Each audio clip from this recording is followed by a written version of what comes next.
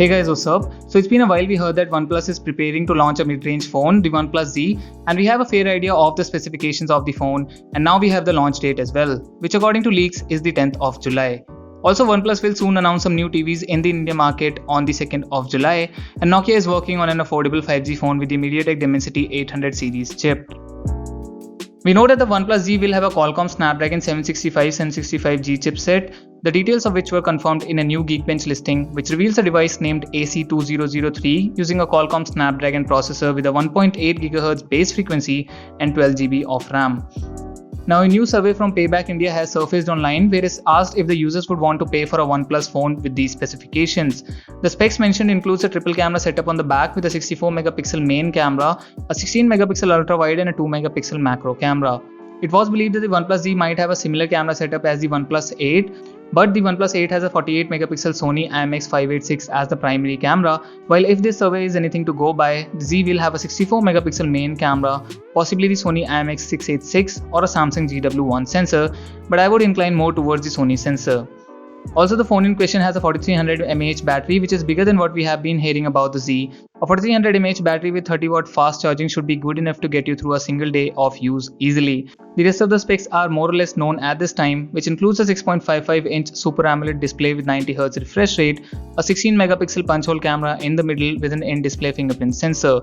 The phone in this survey has 6GB of RAM with 128GB storage, while the one in the Geekbench listing has 12GB of RAM, indicating we may have other RAM and storage variants as well, like 8256 and 12256GB.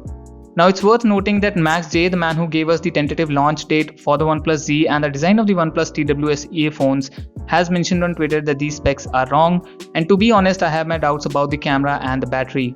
I think the camera setup would be more or less similar to the OnePlus 8 with a 48 megapixel main camera, a 16 megapixel ultra wide and a 2 megapixel macro, while the battery should be rated at 4000 mAh. Max also indicated that he'll share the specs soon, so we should wait and see, and like all leaks, take this with a grain of salt. We can expect OnePlus to announce a phone with 3 color options, black, blue and white plus, which may be a limited edition color starting at 25,000 as is asked in the survey. According to Android Central, the phone will be announced on the 10th of July. Now you tell me in the comments, would you be interested to buy the OnePlus Z at 25,000 rupees or the iPhone SE and Google Pixel 4a at around 40,000? Also, OnePlus CEO Pete Lau has shared an image online indicating that OnePlus might launch some new TVs in the Indian market on the 2nd of July with smarter prices. These are expected to be some low budget and mid-range TVs.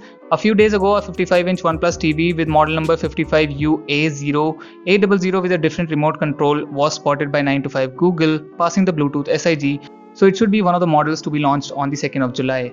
OnePlus is trying to diversify its TV portfolio in India, seeing the success of Xiaomi, Realme and Viu, so they want to bring cheaper and more competitive products in the market. It is expected that OnePlus may launch TVs in the price range of under 15,000, 20,000 and 40,000 rupees, which would be awesome to see. Also in the news, according to Nokia Power user, Nokia is planning to launch an affordable 5G phone with the MediaTek Dimensity 800 series chip. Sources reveal that this is not the Nokia 7.3 as that is expected to have a Qualcomm Snapdragon Silicon. It is not confirmed which SoC in particular will be used inside this new mid-range phone, but going by the timeline, it should be the newer Dimensity 820. Nokia plans to bring this phone to the market by early next year, and that's where the problem lies. If HMD Global is serious about this phone, they should launch it this year, especially since Xiaomi already has a phone, the Redmi 10X and 10X Pro with the same chip, and if you are going to delay it till the next year, people will lose interest in the chip and possibly even more powerful chips may hit the market. Also, according to Nokia A-New, the Nokia 9.3 is almost ready and 95% of the work is done. But Nokia's CPO is now worried that the new tech used in this phone may lead to a lot of defective displays. And hence he wants other companies like Samsung, Xiaomi and Oppo etc. to test it first and only then they would announce it. Like, I fail to understand Nokia at this time. First they were confident that the tech is ready for mass production and went ahead with it, but now they are worried that it would lead to defective displays and want to postpone the launch. Seems like Nokia haven't learned the lesson from the Nokia 9 POView, which was delayed almost a year and launched in 2019 with its Qualcomm Snapdragon 845 processor when phones with the 855 were just around the corner. If they were not confident with the technology, they should have stuck to a normal punch hole camera and focus on other things like improving the camera software and other features.